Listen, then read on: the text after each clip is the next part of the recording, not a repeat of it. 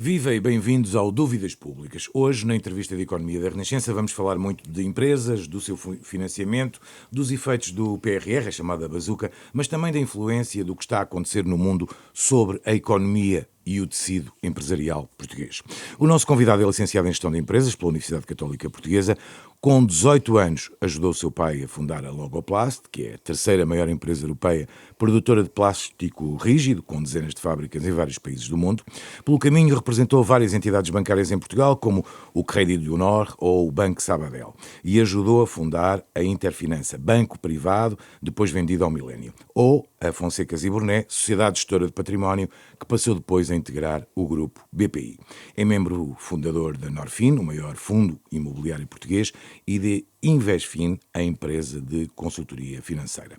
Os seus interesses empresariais passam também pelo setor da hotelaria, pelo negócio dos gelados ou pela produção de vinho. É ainda presidente fundador do Conselho da Diáspora Portuguesa e já foi homenageado pelos governos de Portugal, França, Brasil e Reino Unido. Desde maio de 2025, é também presidente da COTEC, a Associação Empresarial para a Inovação. Filipe de Botton, convidado de hoje deste Dúvidas Públicas, numa entrevista conduzida por Sandra Afonso. E Arsénio Reis, antes de mais agradecer por estar hoje aqui connosco. Estamos a cerca de uma semana de conhecer o novo Presidente da República, que entre outras coisas será também Presidente honorário da COTEC, uma associação criada pelo antigo Presidente Jorge Sampaio. O que esperam do novo Presidente e qual será o seu papel na COTEC? Bom dia, muito obrigado. Tive o prazer em 2003, de estar presente na constituição, num jantar da constituição da COTEC, que foi um jantar organizado pelo Sr. Presidente da República, o Dr. Jorge Sampaio, em articulação na altura com o Rei de Espanha, hoje Rei Emérito, Juan Carlos, em que juntou cerca de 20 empresários e CEOs de empresas à volta da mesa em Belém, e foi constituída a primeira direção da COTEC de forma democrática pelo Dr. Jorge Sampaio na altura, nomeando a direção, em que na altura, se a memória não me falha, ficou o Francisco Monteiro Anapo como presidente, de quem era, aliás, grande amigo e uma pessoa extraordinária, o Dr. Artur Santos Silva, o engenheiro Belmiro de Azevedo, o Dr. António Carrapatoso e eu próprio. Fomos os 5 que democraticamente fomos eleitos. Nomes bastante conhecidos na área empresarial. Tudo, portanto, estávamos à volta da mesa, tranquilamente, entre amigos, e assim foi constituída a primeira direção, em que o Francisco Monteiro Anapo foi o primeiro presidente da COTEC na altura. E desde o primeiro momento, a imagem ou a ideia da COTEC foi e temos que nos reportar 23 anos atrás, foi ajudar que as grandes empresas se aproximassem das pequenas empresas, chamadas PMEs, para trazer o tema da inovação para a mesa, ou seja, para tentar ajudar a modernizar, ajudar a serem mais competitivas, ajudar a enfrentarem o que eram as dificuldades que já se começavam a sentir na altura do ponto de vista empresarial, quando queríamos ser um país mais global, chamemos-lhe assim, como é que podia ser feito. E esse era o objetivo da COTEC, da sua criação. E o Dr. Jorge Sampaio, assim como todos os presidentes seguintes, quer o professor Cavaco Silva, quer o professor Marcelo Rebelo de Sousa, que foram e são presidentes honorários da COTEC, a sua grande função é cooperar, ajudar a desenvolver, ajudar a discutir as grandes ideias que possam existir para ajudarmos Portugal. E, portanto, essa é exatamente a mesma função, entre aspas, ou a mesma cooperação que iremos ter de qualquer novo Presidente da República que venha a ser eleito no dia 8 de fevereiro. Portanto, não tenho qualquer receio ou qualquer angústia enquanto que estou Presidente, que eu não sou Presidente, estou Presidente, que isto é um período de 3 anos, sobre a cooperação, que vai ser sem dúvida positiva e sem qualquer problema, mas pelo contrário, que nos vai ajudar mais uma vez a crescer e a ter outras ideias, novas ideias, que a parte boa nas mudanças de 10 em 10 anos é que obriga também a haver sangue novo, a haver ideias novas. Refrescamento. Exatamente, aliás, que é algo, por exemplo, nas empresas, algumas que eu conheço, que obrigam que o CEO de 10 em 10 anos saia de CEO, e não por ser incompetente, mas pura e simplesmente para trazer sangue novo, para trazer novas ideias, novas formas de estar e repensar o que está a fazer. Portanto, estamos muito tranquilos e à espera do resultado de dia 8 de fevereiro, se bem que é um resultado que já todos esperamos mais ou menos o que venha a ser, pelo menos se as sondagens forem Nós verdade. ainda queríamos fazer mais uma outra pergunta sobre presidenciais, mas deixe-me só aproveitar. Há 23 anos a inovação falava-se, mas muito menos do que hoje. A minha questão é, hoje ainda é muito preciso continuar a falar de inovação? Ou essa preocupação já está no centro das empresas, diria? Qualquer empresa hoje em dia tem que fazer algo que se chama diferenciar. Ou seja, nenhuma empresa sobrevive em Sob pena de continuidade. não ter futuro, é isso que está a dizer, não é? Sob pena de, provavelmente, já morreu e não foi notificada. E, portanto, isso é o que se passa com a maioria das empresas, que é não repensar, ou qualquer empresa que não repense. E inovar é, pura e simplesmente, o repensar processos, formas de estar, produtos, para o mercado. Nós, hoje em dia, não vamos ganhar nenhum mercado, seja em Portugal, seja fora de Portugal, por preço ou por qualidade. Por preço e qualidade é aquilo que toda a gente tem. Mais 1%, menos 3%.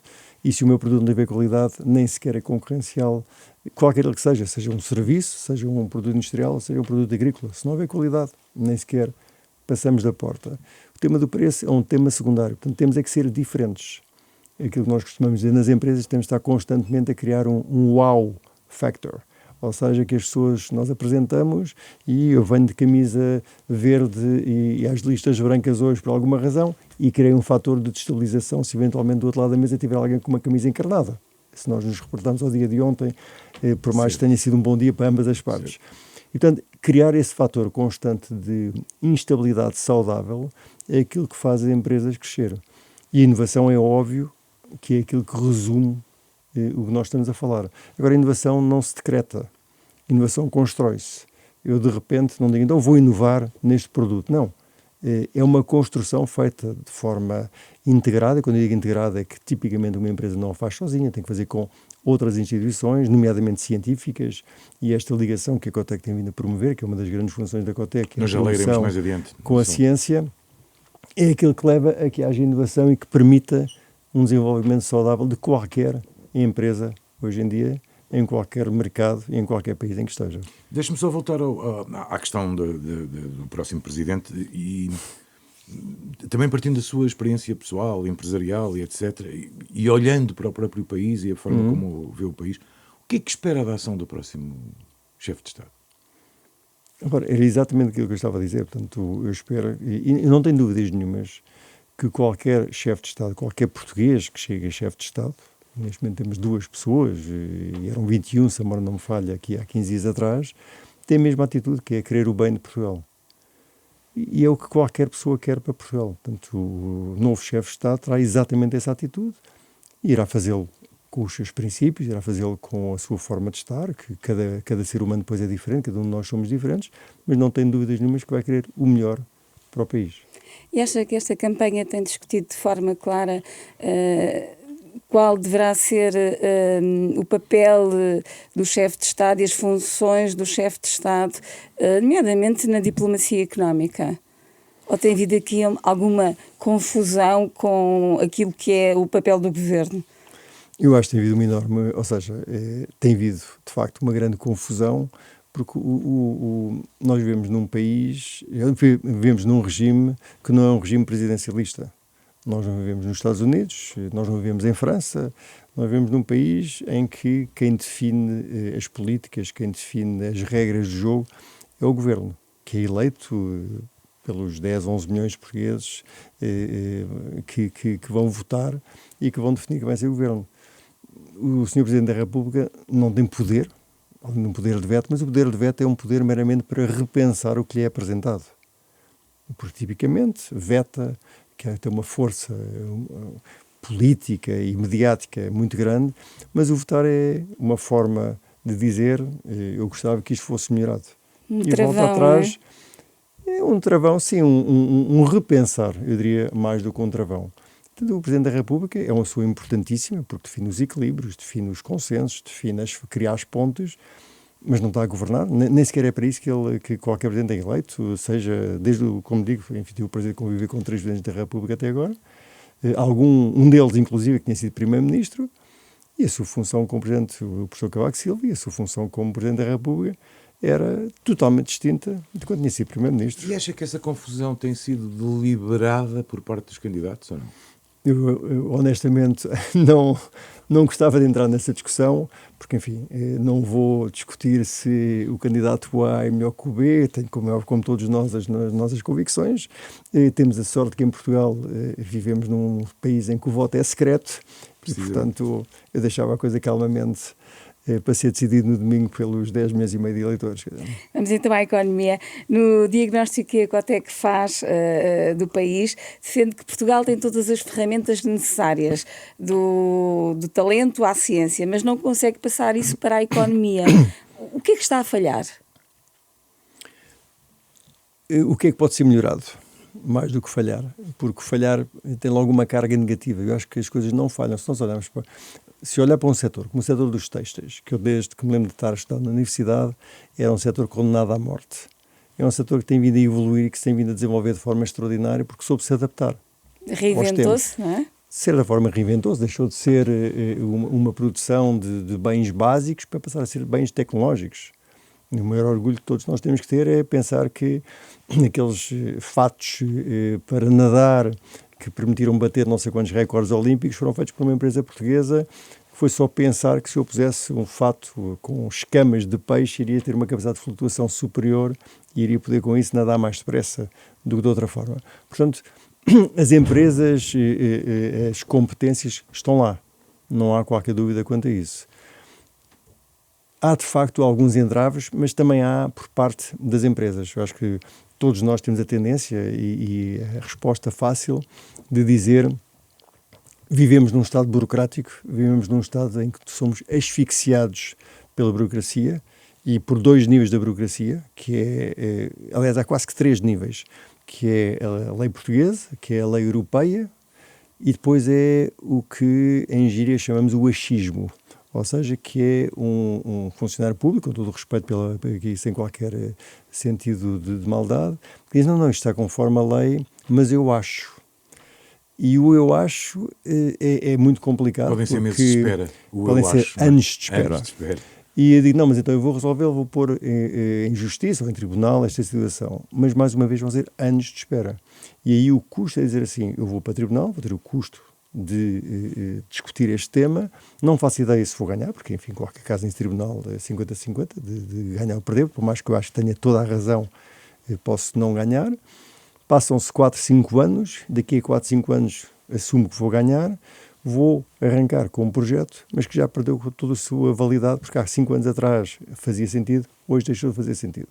E eu não estou a inventar, isto são situações reais que os empresários em Portugal recebem por parte do Estado, além da asfixia pela regulamentação, pela legislação que existe, que faz que desenvolver qualquer projeto, o custo de resolver a burocracia é tão alto que, de facto, não direi que é incomportável, mas que nos retira vantagens competitivas brutais se nós compararmos com outros países ou com outras situações económicas, como os Estados Unidos, por exemplo, ou mesmo como a China. Por mais que na China as regras possam ser diferentes em termos do que nós achamos no mundo ocidental, que são as regras da democracia, mas um Japão, ou seja, o lado business-friendly que tem esses mercados é o oposto da Europa no que toca a ser business-friendly. Digo bem, da Europa, não estou aqui a falar de Portugal, até porque nós hoje em dia estamos num espaço europeu, se bem que nós não existe uma Europa. Porque enquanto que nós nos Estados Unidos, nós temos lá 27 fábricas neste momento, é um país único. A Europa são vários países, cada um com as suas leis, com as suas restrições, e provavelmente nós deveríamos ter a coragem de passar para um Estado federal, para uma Europa federal, e deixarmos de ser uma Europa de países. Agora, isso é, de facto, uma decisão que vai ser muito complicada, que eu acho que provavelmente na minha geração já não vou conhecer, porque do ponto de vista, todos nós concordamos conceptualmente, enquanto que for eu o presidente. Mas se eu tiver que dar o poder ao meu amigo espanhol, ao meu amigo francês, ao italiano, ao alemão, já não sei se vou aceitar que seja ele, entre aspas, a dar-me ordens e a decidir o meu futuro. Portanto, a Europa Federal, que é aquilo que nós devíamos avançar, devíamos pensar, e que este wake-up call brutal que com esta nova presidência americana, e não farei comentários sobre ela, porque, enfim, todos nós sabemos o que tem acontecido, e não posso estar mais contra as políticas que têm vindo a ser impostas pelo Sr. Donald Trump, mas o facto é que obrigou a nós percebermos que vivemos num mundo que é um novo mundo. Já não é o mundo antigo, e algo que nós nos esquecemos, e isso é muito português, é que não vale a pena olhar para trás. Porque aqui, se há uma coisa que é um facto, e é um facto axiomático, é que a nostalgia aqui não é estratégia. Então nós nunca mais vamos voltar àquilo que nós conhecemos.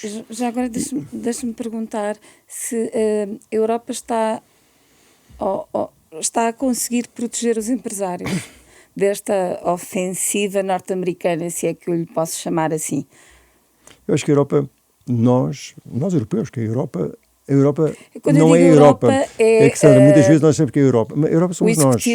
Mas a Europa somos nós. Começamos por ser nós. Não é assim algo de etéreo e abstrato. Não é? Somos nós. Nós somos a Europa também. E, portanto, não vale a pena dizer a Europa. Não, mas espera aí, eu também sou a Europa. Portanto, o que é que eu faço de diferente? Ainda assim, há alguém que decide... temos a Comissão Europeia que legisla e decide para nós, não é? Pois, mas a Cassandra disse exatamente as palavras corretas. Legisla e decide para nós. Ou seja, decide criando legislação e enquadramento regulamentar. Ora, isso é o oposto daquilo que devia estar a fazer. Porque se nós virmos a sucessão, a catadupa de leis que constantemente estão a sair a nível da Comissão Europeia, é asfixiante para qualquer atividade económica que possa existir na Europa. E é isso que tem feito e que tem levado a que hoje em dia as empresas europeias têm vindo a perder competitividade, sobretudo se focam só no mercado europeu. Quando nós vemos que as empresas não europeias que conseguem entrar e vender e comercializar na Europa de forma competitiva, tem muito a ver com esta situação. É claro que nós também conseguimos ser competitivos numa série de produtos. Não? Quer dizer, acho que uma pessoa também não deve entrar em autoflagelação. Há muitas E boas... ainda compensa estar na Europa, certo? E ainda compensa estar no mundo. Porque assim, sim, compensa, vale a pena estar na Europa, como é óbvio, vale a pena estar na Europa. No caso, não é? Claro que sim, mas também tenho que pensar em que outros mercados é que eu quero estar. Eu, se quero sobreviver, não vou conseguir sobreviver, provavelmente, não estou a dizer nos próximos 2, 3 anos, mas não vou sobreviver a 50, 100 anos se pensar que o meu mercado é só a Europa. Sim, ou seja, eu tenho que pensar... da Logoplast, para dar o exemplo da sua empresa, estão longe de ser só europeus. Nós, de 2009, se eu olhar para uma empresa como a Logoplast, em 91, em 92, 100% das suas vendas eram em Portugal. 100%. Em 2026, é pouco mais de 2%. 2%? 2%. E não é que Portugal tenha diminuído em valor absoluto. Os outros mercados é que cresceram. Ultrapassaram de longe. Em 2009, nós tínhamos praticamente 90%, 95% das nossas vendas eram na Europa e 5% no Brasil, em 2009. Em 2026, cerca de 60% das nossas vendas estão na América. Entre o Brasil, México, Canadá e Estados Unidos. Vamos dizer, mas a Europa desceu. Não, a Europa mais uma vez não desceu. Só que em 15 anos nós, de facto, crescemos noutros mercados onde é muito mais fácil de crescer. Isso quer dizer que estão a ser afetados por esta política, esta nova política norte-americana? Felizmente não, porque o nosso processo foi de internacionalização e não de exportação. Ou seja, a nossa estratégia foi de criar fábricas e de nos implantarmos nos países onde nós abrimos. Nós estamos em 16 países e temos unidades industriais, temos cerca de 70 unidades industriais, 70 fábricas nos países onde nós estamos, nesses 16 países.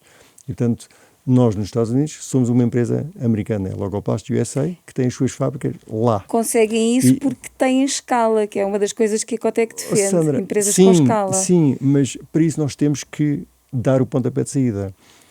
E era aí que, voltando à sua pergunta de há 5 minutos atrás, ou 7, já não sei, que era o que é que nos pode fazer a diferença é justamente sair da zona de conforto. E sem dúvida, se o Estado é a burocracia, é o lado asfixiante das coisas não avançarem, nós, empresários, nós CEOs, também temos saído da zona de conforto. E o sair da zona de conforto tem que ser, eu tenho que sair de Portugal, não posso estar só em Portugal. E a classe empresarial tem, vou dizer assim, de preparação e condições para isso? A classe empresarial portuguesa é fantástica, sobretudo a atual. Ou seja, a minha geração somos empresários médios medíocres. Eu faço parte dessa geração e também me posiciono aí. A nova geração que existe portugueses, quando digo a nova geração, aqui a minha fronteira é uns 45, 50 anos. Peço desculpa se estou a insultar alguém, mas é aquilo que eu defino. É gente extraordinária. Dizendo em português, nós somos second to none. Ou seja, se olhar, e nós temos 39 nacionalidades na Logoplast, as melhores pessoas a trabalhar a todos os níveis são pessoas portuguesas.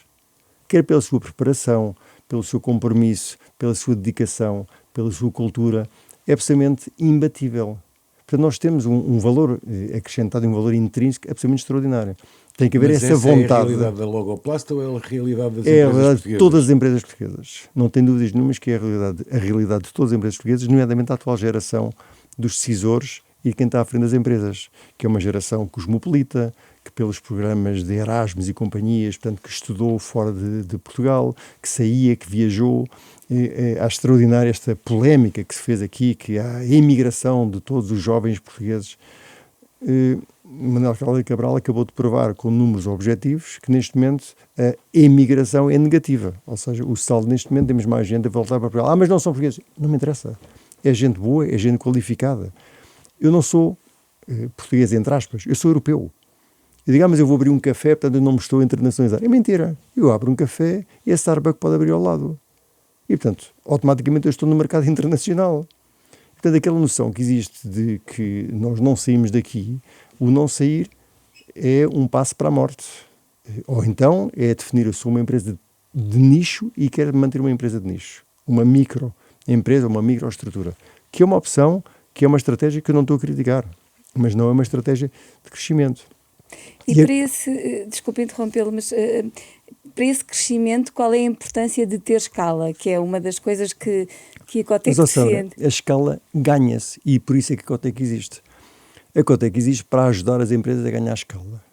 E quando digo ajudar, não há aqui qualquer atitude de arrogância ou paternalista. A Cotec, pela sua história, tem acesso a informação, tem acesso a formação, tem um network que quer pôr ao dispor das empresas portuguesas. Para quê? Para justamente permitir esse crescimento e permitir esse sair da situação onde estão, ou da zona de conforto, e para irem para uma zona menos confortável, mas apoiados e ajudados. E essa aqui é a grande missão da Cotec.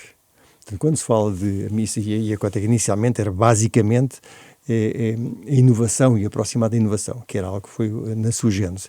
Hoje em dia é claramente ajudar as empresas a inovar, mas a inovar mais e melhor, e com uma ambição global. Ou seja, enquanto que até aqui a ambição era só fazer inovar, e no início, há 23 anos, é claramente para isso, o que significa neste momento acelerar toda a transformação digital, portanto, permitir-nos que nós, do ponto de vista digital, para muitas empresas, como é que podemos utilizar inteligências artificiais e outras para políticas sustentáveis de crescimento.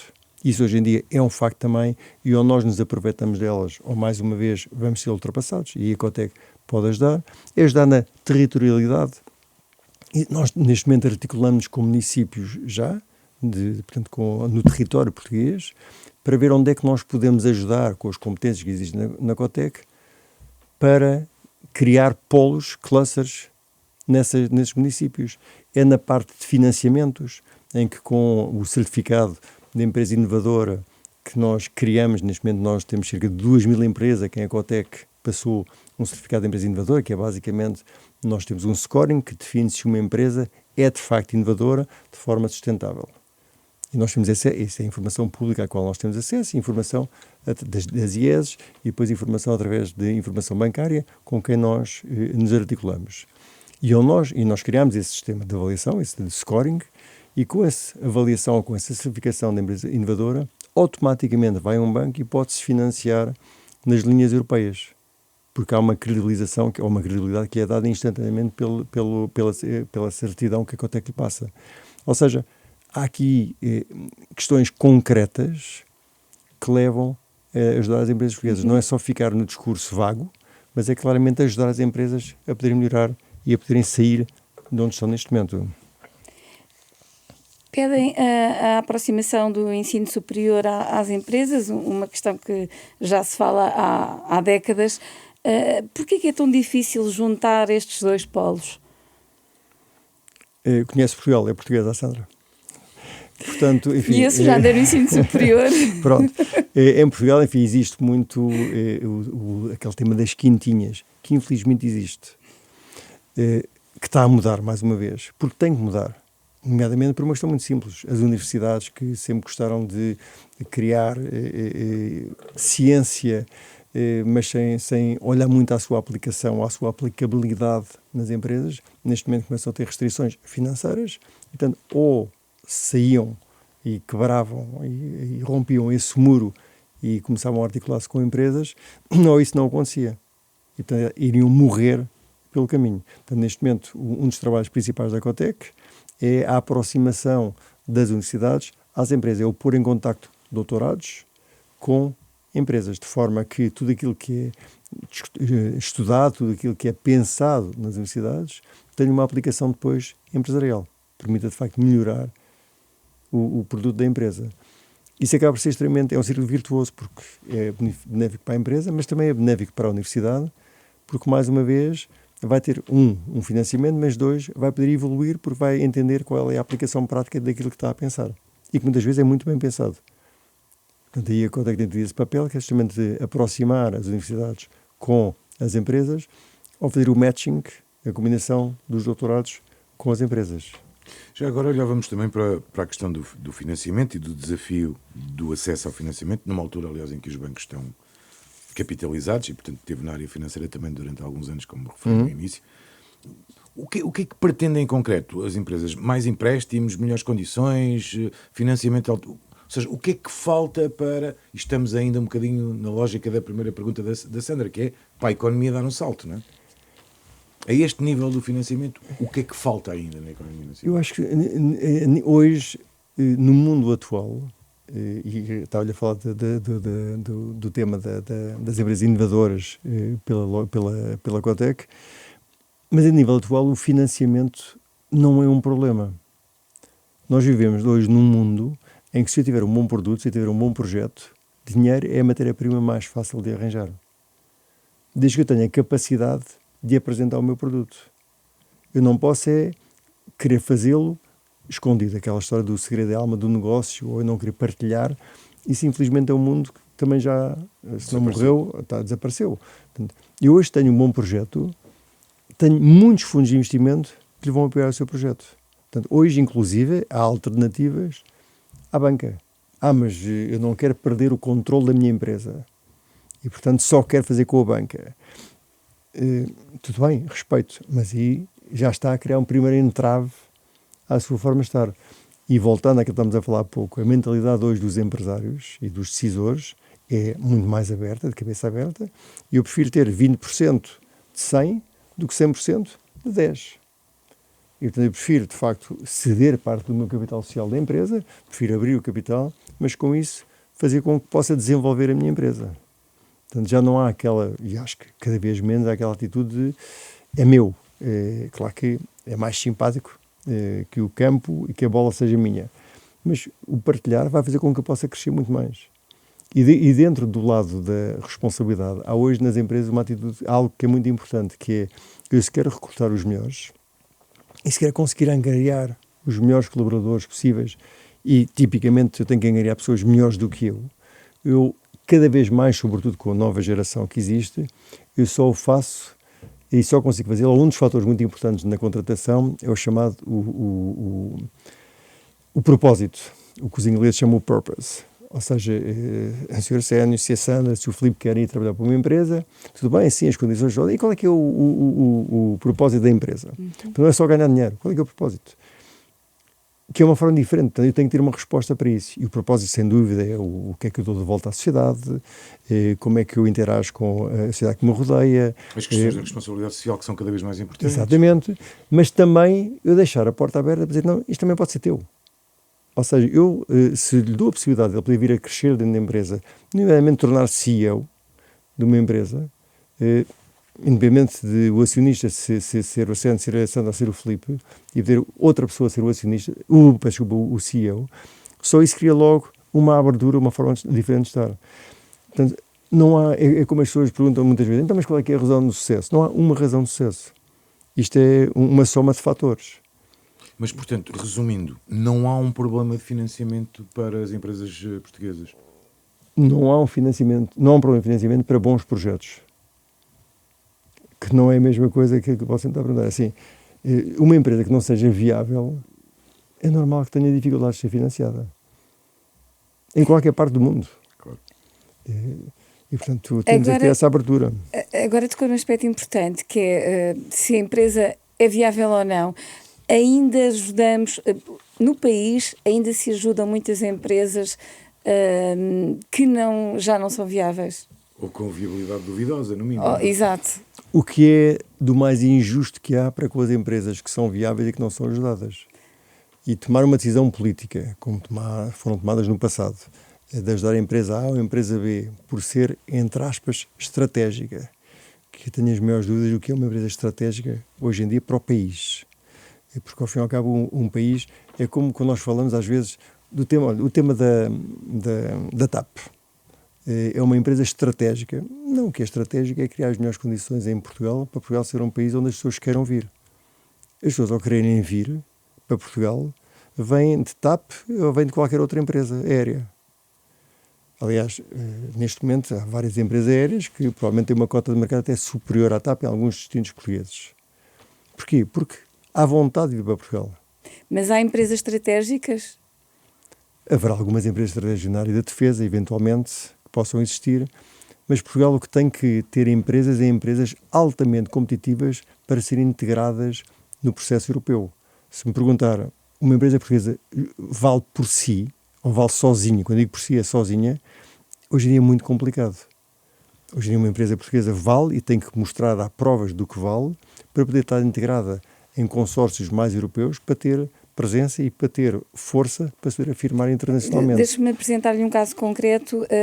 Agora está a gerar alguma polémica o negócio, a fusão entre a Galp e a espanhola Moeve, porque podemos perder o controle da única refinaria do país.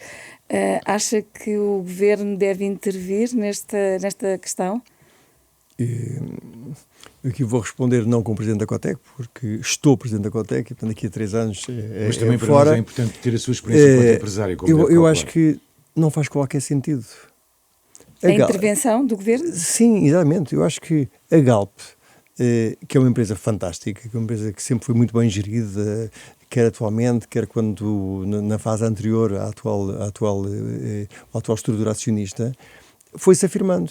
E foi-se afirmando de tal forma que hoje tem interesse e conseguiu ter dimensão para poder fazer esta associação ou este negócio, no bom sentido da palavra, com esta empresa espanhola. Só o fez porque conseguiu crescer e conseguiu-se afirmar. E conseguiu despertar e conseguiu criar interesse e sex appeal para que isso acontecesse. Portanto, o que significa que a estrutura de gestão, no final do dia, mais do que a propriedade é a gestão que me interessa, sendo de qualidade, é ela que vai tomar conta, chamemos-lhe assim, da estrutura que venha a ser criada. Ou, se não vem a tomar conta, no bom sentido da palavra, será relevante na sua futura estrutura. Se nós olharmos para muitas das empresas internacionais, hoje em dia dizer que é americana ou que é francesa, eu gostava de ir ver a estrutura acionista e muitas vezes não tem nada a ver com empresas francesas ou com empresas americanas ou com empresas alemãs ou italianas ou espanholas ou mesmo portuguesas. De antes falava-se muito da questão dos centros de decisão, que há uns anos era uma discussão muito recorrente, que já não é tanto. Porquê é que acha que caíram estes? Porque as regras do mercado agora são diferentes. Não caíram porque as pessoas caíram na real. Ou seja, a real hoje em dia é assim, o centro de decisão está onde está a competência e onde está o interesse. E cada vez mais as coisas... Repare, nós acabamos de entrar num novo mundo, que é o mundo em que deixou de ser o mundo global e para ser um mundo diferente, que nós ainda não sabemos bem, porque já estamos no novo mundo, mas ainda não percebemos quais são as regras que levam à coexistência ou à existência desse mundo. Neste novo mundo, eu não sei onde é que há lugar a esses centros de decisão. É assim, sou uma empresa americana, mas que eu tenho 80% do meu negócio na Europa. O chamado centro de decisão tem que estar em Chicago, em Nova Iorque ou em Miami, ou tem que estar em Londres, em Paris ou em Lisboa. E o que é o centro de decisão? O que é isso do centro de decisão? É assim, não há nenhum primeiro-ministro ou ministro da Economia, a não ser que entremos numa fase de nacionalizar empresas, que tenha decisão sobre uma empresa. Cada vez mais qualquer gestor, qualquer decisor é racional. E o ser racional significa que eu vou tomar uma decisão em função do que é melhor para a empresa ou para a estrutura que eu estou a gerir. E, portanto, quando nós dizemos o centro de decisão, mas o que é isso, o centro de decisão? É o centro de decisão pela qualidade. Portanto, eu tenho que ter uma excelente formação, que é aquela que nós temos em Portugal, continuar a apostar na formação das pessoas, que isso é extremamente importante, e é onde Portugal tem trabalhado bem, para poder que haja decisores portugueses em lugares internacionais. Eu tive o prazer de, há 13 anos, 14 anos, criar o Conselho da Diáspora, que vinha de algo que eu tinha criado, que se chamava Conselho da Globalização, que existiu em Portugal, em que nós trazíamos os CEOs das melhores empresas mundiais durante 7 anos, de forma discreta, para conviver com o Sr. Presidente da Comissão Europeia, que, por acaso, era português, e por acaso essas 25 empresas multinacionais, as maiores do mundo, vinham a Portugal durante um dia, ali em Sintra, para poder estar em mangas de camisa, a fazer o que se chama a coisa mais normal do mundo, fazer lobby pelo sentido positivo com o Sr. Presidente da Comissão Europeia. Que é a coisa mais positiva que há nós, às vezes, sem entrar em juízos de valor sobre se eu gosto da pessoa A ou da pessoa B. Para Portugal foi extremamente importante nós termos um português como Presidente da Comissão Europeia. Foi importantíssimo para a afirmação até de Portugal numa série de mercados e de uma série de formas. Ao longo desses conselhos, fui-me apercebendo da qualidade e da capacidade de muitos portugueses fora de Portugal, e nós temos uma diáspora de mais de 5 milhões e meio de portugueses fora de Portugal, além dos que vivem em Portugal, em posições relevantíssimas ou relevantérrimas, e portanto com uma capacidade de influência fantástica. Durante 12 anos, o CEO do maior centro mundial de oncologia, para não estar só a falar de negócios, que é uma instituição chamada MD Anderson em Houston, nos Estados Unidos, que é o maior centro do mundo ligado à parte oncológica, onde, quer dizer, tem 900 acordos com universidades e com hospitais pelo mundo fora. Portanto, de facto, é algo de colossal. Sabe quem é que foi o CEO durante 12 anos? Vai-me dizer que foi português. Que é português. Exatamente, chamado Ron de Pinho. Ronaldo de Pinho, cujos pais são de Aveiro. Ou seja, a razão de ser da Conselho da Diáspora foi justamente para esses decisores poderem ajudar Portugal. E ajudar de uma série de formas. E, portanto, criámos uma série na altura, de iniciativas, e que têm vindo a ser seguidas, e muito bem pelo Conselho da Diáspora, com outras iniciativas que têm vindo também a ser desenvolvidas, apoiando-nos na capacidade nossa, nessa rede extraordinária de portugueses fora de Portugal. Isso é que são para mim os centros de decisão. O centro de decisão não é, não, eles têm que estar aqui, na buraca, na rua, na Rádio Renascença, para decidir. É fantasia, peço desculpa. Isso já não existe hoje em dia. Eu quero é ter as melhores pessoas, e os portugueses são extraordinários para nos ajudar a nós desenvolver. Agora, temos é que saber ouvir as pessoas e não ser só ouvir e não, a seguir, não fazer nada, mas, de facto, depois implementar algumas das decisões. Eu vejo agora, por exemplo, a atuação atual do Governo, por exemplo, no que toca todo este lado da digitalização, agora com a carteira digital, que, enfim, por mais seja europeia, com o nosso Ministro Gonçalo Matias, que a trazer Ministro todo o Ministro da Reforma do Estado, que é algo de fundamental. Agora, isto não se faz num dia, porque a teia de aranha que nós criámos, e quando digo nós, todos nós, ao longo dos últimos 25 anos ou 30 anos, é tal que não é depois agora num dia que está feito. Mas, portanto, acha urgente a reforma do Estado? É fundamental. Onde? Essencialmente? Por todo lado. Ou seja, não há setores que identificam como todos os setores gritantes, são importantes. Agora, é preciso começar por algum lado. Eu não posso criticar, e longe de criticar, acho que ele tem feito um trabalho fantástico, porque ele começou. Mas está neste setor em vez de estar naquele. É preciso começar por algum lado. Eu posso dizer que, como empresário, deixa eu só dar 2 exemplos. Como empresário, e pronto, felizmente, conheço pessoas e às vezes uma pessoa conhecer pessoas ajuda a desbloquear situações. Se bem que aprendi há muitos anos que a linha entre sermos amigos e a corrupção ativa é muito fina, mas portanto, não há, eu posso ligar para si. Em Portugal há o conhecimento do conheço pessoas, não é? Exatamente. Portanto, exatamente. Nós, aqui há uma série de anos atrás, nós quisemos abrir um hotel em Lisboa. levámos 11 anos para licenciar o hotel. 11 anos, ok? Conhecendo as pessoas, no bom sentido da palavra. Portanto, falando às pessoas, vê lá o que é preciso mais com papéis. Portanto, sabendo falar diretamente para os decisores, para pedir o quê? 11 anos. O setor do turismo, que até é um setor que uma pessoa quer ajudar. Agricultura. Também temos alguns investimentos na área agrícola.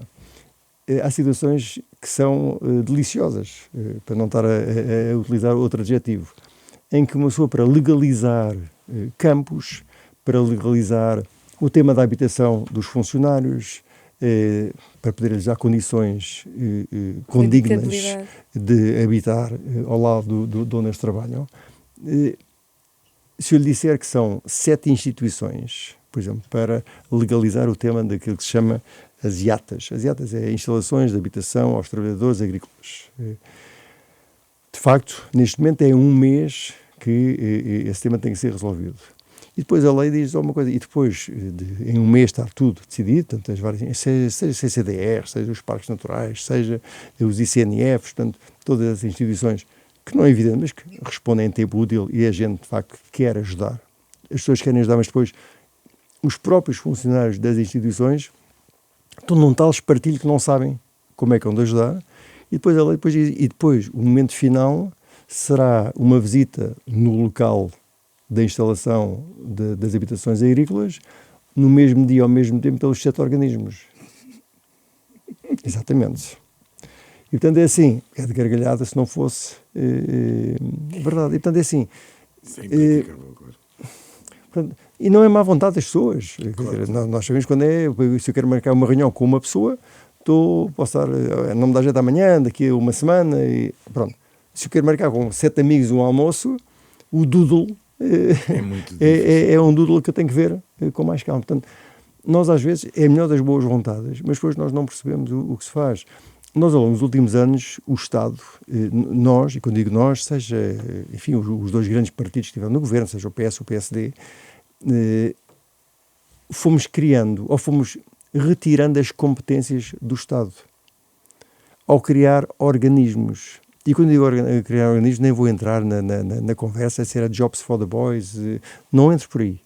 Minimamente, até entro que houvesse uma boa vontade de deixar, se eu criar uma direção disto, não uma direção disto, um instituto para isto, ou um instituto para aquilo, vou criar competências mais fortes e vou conseguir chamar pessoas melhores, porque ao final cá toda há responsabilidades diferentes.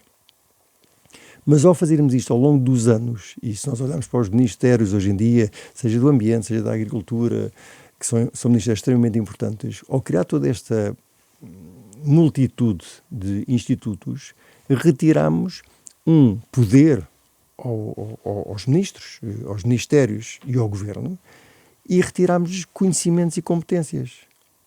Porque neste momento, para eu poder ter essas competências, tenho que ir a esses institutos, que têm um presidente e que pode ter uma linha de definição do que é a estratégia, que pode ser diferente de eu como ministro. Não concorda com a descentralização?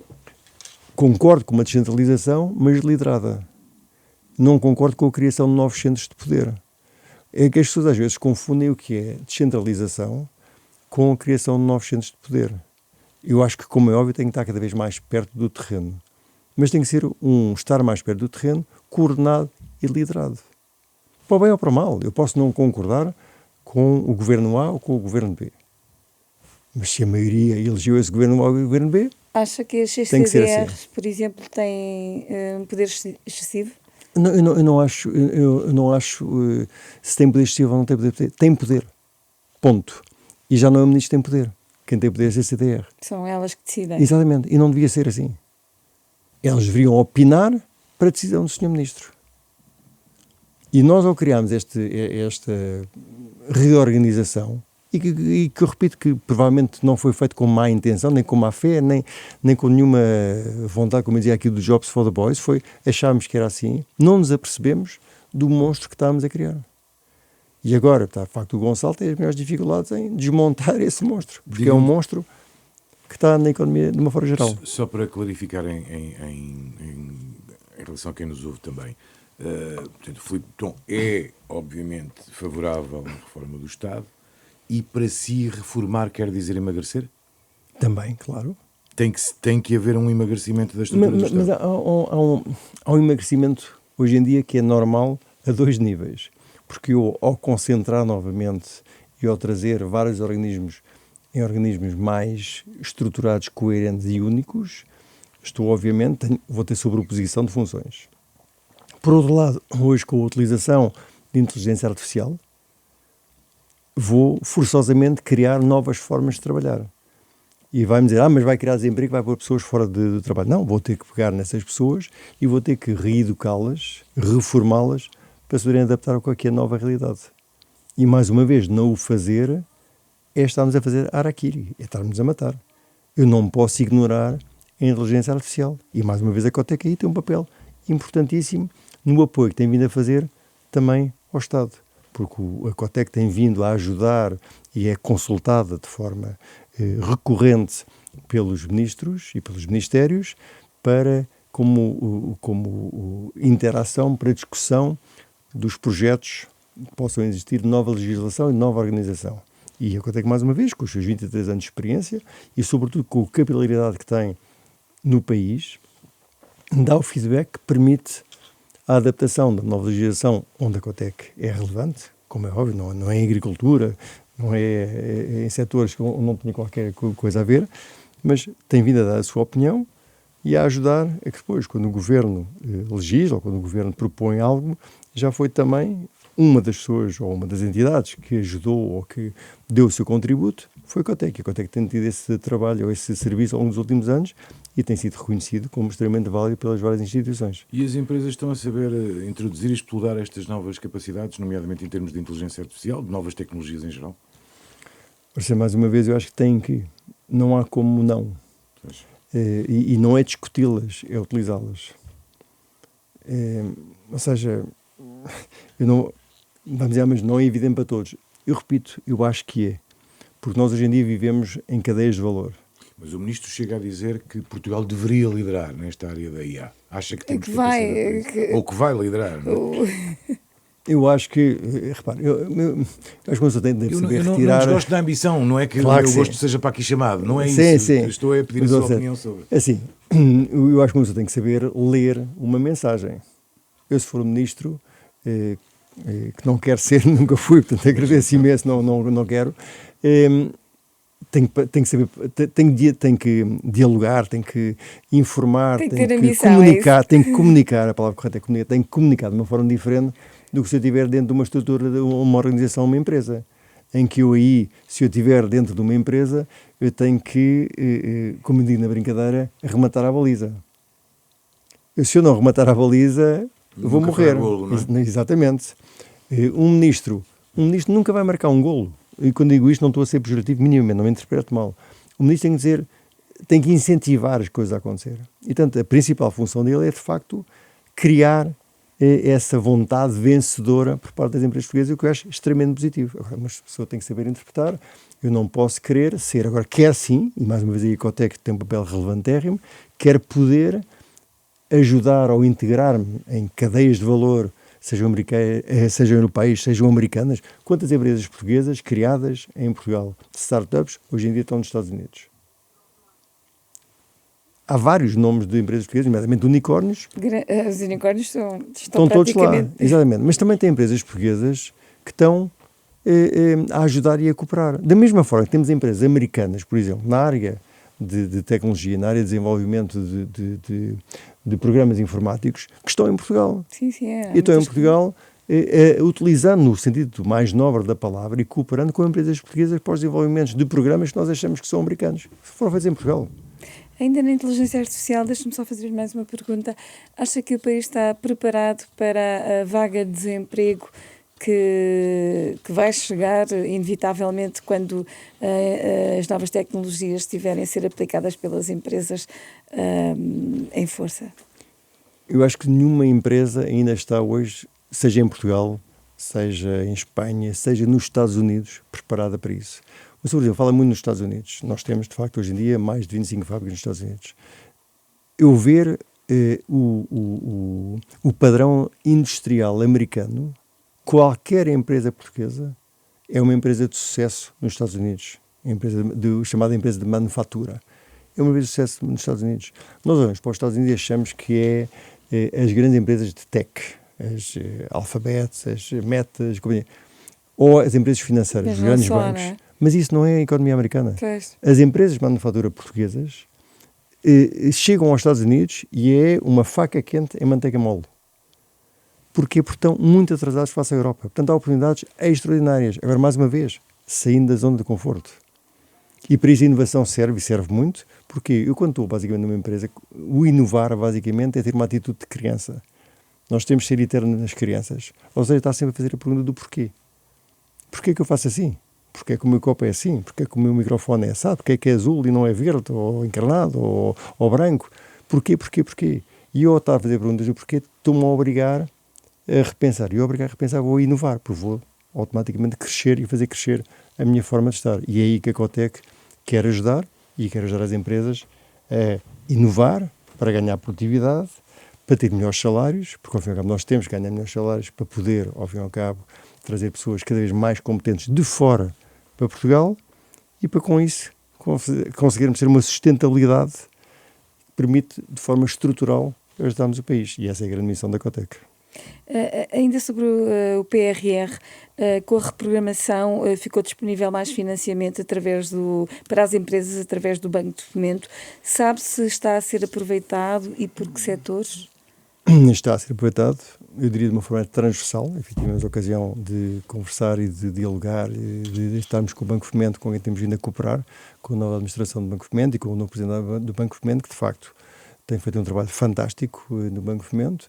E, de facto, o dinheiro, como se diz de uma forma mais de gíria, está a chegar às empresas. Portanto, há, de facto, essa vontade e as coisas estão a acontecer e tem vindo a ser transversal. Isto, no fundo, acaba por ser uma nova oportunidade para as empresas, no âmbito do PRR. Claro. Este ano é o ano decisivo, porque é o ano em que termina o prazo do PRR. Acha que vamos conseguir chegar ao fim sem desperdiçar dinheiro? Ou sem perder dinheiro. Se olhar para os últimos 15 anos de fundos estruturais europeus, o último ano já foi várias vezes. Porquê? Porque Portugal não é o único país que, entre aspas, se atrasa na utilização de fundos europeus. Porque, mais uma vez, a legislação e o enquadramento é de tal forma que faz que é difícil a utilização desses mesmos fundos. Portanto, o que eu acredito é que, sem dúvida, isto é o último ano para estes fundos, mas não se chamará um PRR, chamar-se-á um outro nome, mas continuará a haver fundos. Por exemplo, as áreas da defesa. A área da defesa é uma área que tem que ser ajudada rapidamente para o futuro da Europa. Não para o futuro agora mais 6 mil milhões para a defesa. E nesse aspecto, nesse setor de atividade económica particular, Portugal aí tem, de facto, ótimas empresas. Empresas que há uns anos atrás ninguém sabia para que é que serviam, entre aspas. Se olhar empresas de drones, que em Portugal tinham um drone. O que é um drone? Há 4 anos atrás. Neste momento, um drone é o que faz a diferença na área da defesa e Portugal tem várias empresas bem posicionadas nessa matéria. Portanto, eu acho que há, de facto, aí um potencial das empresas portuguesas que nos vai ajudar a continuar de forma estruturada a desenvolver o país. Já que fala em defesa, temos então agora o tal investimento em defesa. Acha que vamos conseguir aproveitar este investimento para fazer compras cá dentro e não lá fora?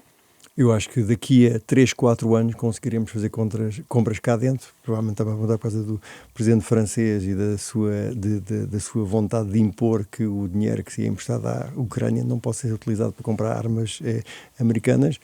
Isto leva um tempo. Nós não podemos, de repente, porque fomos acordados com o novo presidente da República Americana, que nos impôs novas regras, que são as novas regras que já existem no mercado e que não são reversíveis, enfim, a Roma e a Pavia não se fizeram num dia e nós não vamos conseguir criar isso tudo este ano, nem até ao fim dos fundos europeus. Agora, daqui a 3, 4 anos, acredito que a Europa como um todo esteja de facto preparada para poder trazer isso e trazer que as compras sejam feitas maioritariamente na Europa. Nós, por exemplo, na Cotec, ao fazermos esta associação entre a Cotec Portugal, a Cotec Espanha e a Cotec Itália, e com esse pensamento de criar uma estrutura Cotec mais alargada do ponto de vista europeu, é para justamente cada vez mais estruturar que essas situações venham a acontecer de forma positiva. Nós estamos mesmo a terminar, até para conhecermos um bocadinho melhor os nossos convidados. Tentamos também conhecer o seu gosto musical. Pedimos-lhe por isso que escolhesse uma música que quer revelar e explicar um bocadinho a sua escolha. A minha escolha tem a ver com as minhas origens, basicamente. Simpaticamente, quando fui apanhar surpresa a perguntar-me a música que eu escolheria como uma música que me marcou, e de facto falei do Samba de Uma Nota Só, é música brasileira. O meu pai era brasileiro, portanto, eu próprio tenho nacionalidade também brasileira, e a música popular brasileira marcou muito a minha infância, a minha juventude, e nomeadamente um homem como o Tom Jobim, e o Samba de Uma Nota Só, além da Garota de Ipanema, mas numa vertente diferente, mas o Samba de Uma Nota Só para mim é uma música que sempre me tocou muito fundo. Fica a escolha musical de Filipe Botão, presidente da Cotec, o convidado de hoje de Dúvidas Públicas, a quem obviamente agradeço. Esta entrevista contou com o cuidado técnico de Fernando Alexandre, sonoplastia de João Campelo, imagem de Fábio Oliveira. Está sempre disponível em podcast, no YouTube e também em rr.pt. Estamos de regresso na próxima semana. Uma boa semana.